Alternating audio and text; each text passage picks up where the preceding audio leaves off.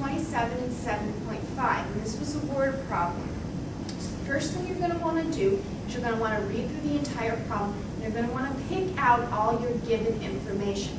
So all the information the problem's given you that you need to sort through to write your equation. So I've done that here. They've told you the distance from Seattle to Durango is 1,238 miles, and they've given you the distance in inches on a particular map, 4.125 inches. Then for Chicago to El Paso, they've given you the actual miles, 1,606, but they want to know what the distance is on the map. Now on any map, they're given, it's a ratio. For every mile you go, there's a certain percentage of that inch that you go. So that means this ratio for each city has to be the same. So what we're going to do is we're going to set up a proportion. So first what we've got here is we've got inches to miles. This is how the map's set up. So first we're told Seattle to Durango, 4.125 to 1,238. Now in Chicago to El Paso, we only know the bottom. So our top, the inches, is our x. So we don't need this anymore, and we want to solve this proportion. Now to do this, we need to get x by itself. So we need to move this 1,606. Since it was divided, we're going to do the opposite. We're going to multiply each side. So I'm going to multiply each side.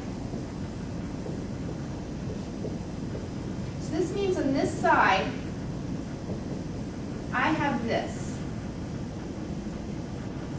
4.125 times 1,606 over 1,238. Remember, this is just over 1. We multiply straight across when we're multiplying fractions. Equals x. Now to find out what x is, you're simply going to get out your calculator and you're going to work it out. So I'm going to start by 4.125 times 1,606. 6,624.75 divided by our 1,238. Okay, I'm going to do that now.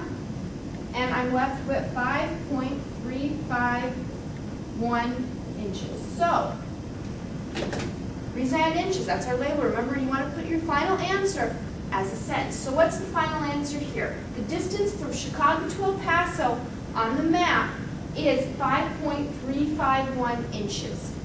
And you want to make sure on a test you label that. I want to see that inches labeled.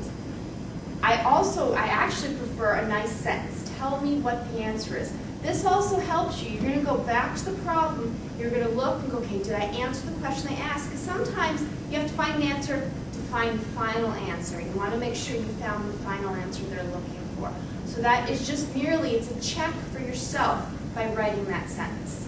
So our final answer, 5.351 inches from Chicago to El Paso on the map.